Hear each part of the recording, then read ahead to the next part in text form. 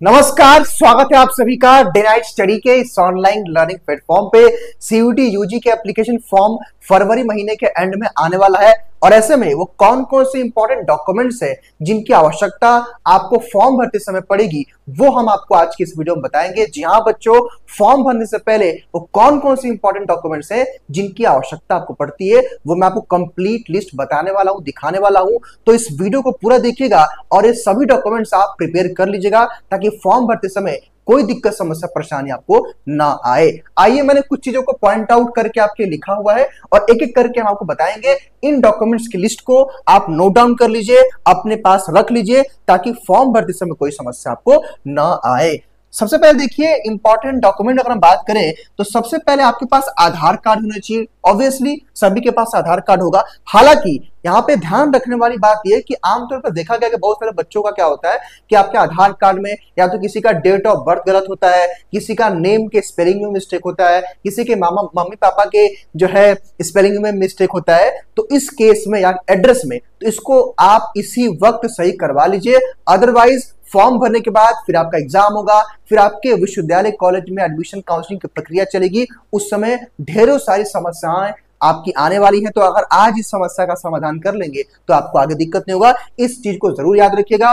और हाँ, आपका आधार मोबाइल नंबर से लिंक होना चाहिए, बायोमेट्रिक होना चाहिए और लेटेस्ट उस पर पासपोर्ट साइज फोटो भी होना चाहिए, उसको भी आप सही करवा लीजिएगा, वो ज्यादा जरूरी है। उसके बाद मोबाइल नंबर आपके पास एक्टिव मोबाइल नंबर होना चाहिए, यानी कि आपके पास होना चाहिए, और ईमेल आईडी। हालांकि पेरेंट्स का भी है तो चल जाएगा, कहने का मतलब है कि वो एक्टिव होना चाहिए। ऐसा नहीं कि फोन वो बंद है, रिचार्ज नहीं करवाया है, तो वो ध्यान रखिएगा, ठीक है।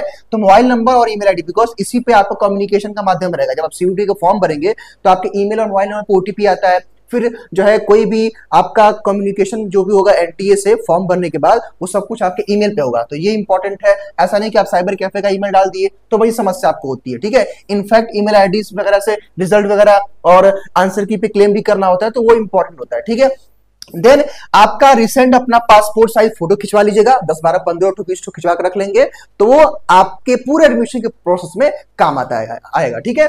उसके बाद रिसेंटली आप सिग्नेचर तो भाई उस समय ऑन द स्पॉट कर लेंगे, सिग्नेचर कोई चूज कर लीजिए, कोई एक सिग्नेचर आप करते रहिए। ऐसा नहीं कि आज कुछ और किए कल कुछ और कर लिए, तो एक सिग्नेचर आप चूज कर लीजिए, या तो हिंदी में या तो इंग्लिश में, जैसा भी आपको ठीक लगे। पासपोर्ट साइज फोटो का मतलब क्या है कि ऐसा नहीं कि 10 साल 5 साल पहले का आप फोटो लगा दिए, तो लेटेस्ट फोटो लगाइए, वो बहुत इंपॉर्टेंट है। आगे देखिए, 10th की मार्कशीट आप सबके पास हो, 10th की मार्कशीट की आवश्यकता पड़ेगी फॉर्म भरते समय, और 12th की मार्कशीट की आवश्यकता पड़ेगी फॉर्म भरते समय। लेकिन कुछ बच्चे कहेंगे सर मेरा तो अभी एग्जाम होने वाला है या हो रहा है बोर्ड एग्जाम, तो ऐसे में कोई दिक्कत नहीं है। जिन बच्चों का बोर्ड एग्जाम हो चुका है, यानी कि जो 12th पास आउट है, उनके पास होना चाहिए। अगर आप अपीयरिंग में इस साल है तो कोई दिक्कत नहीं है। आप जब फॉर्म भरेंगे तो आपका अपीयरिंग का ऑप्शन है, पास का ऑप्शन है, तो अपीयरिंग पे टिक कर देंगे तो आपको 12th का डिटेल नहीं डालना पड़ेगा, ठीक है। उसके बाद देखिए भाई, कास्ट सर्टिफिकेट को लेकर के बहुत सारे बच्चों को डाउट कंफ्यूजन रहता है। तो देखिए भाई, कास्ट सर्टिफिकेट कौन कौन बच्चे लगाएंगे? जो ओबीसी कैटेगरी से बिलोंग करते हैं, जो एससी कैटेगरी से बिलोंग करते हैं, जो एसटी कैटेगरी से बिलोंग करते हैं, जो ईडब्ल्यूएस से हैं वो सर्टिफिकेट अपना लगाएंगे, और जो पीडब्ल्यूडी है यानी कि फिजिकली हैंडीकैप्ड, यानी कि अगर इस तरह कोई भी सर्टिफिकेट है यानी कि क्लेम अगर आप कर सकते हैं तो करिएगा। ध्यान रहे कि सेंट्रल लेवल का आपका कास्ट सर्टिफिकेट बना होना चाहिए। जनरल कैटेगरी के बच्चों का कास्ट सर्टिफिकेट नहीं लगता है, इस बात का भी विशेष तौर पर ध्यान रखेंगे, ठीक है।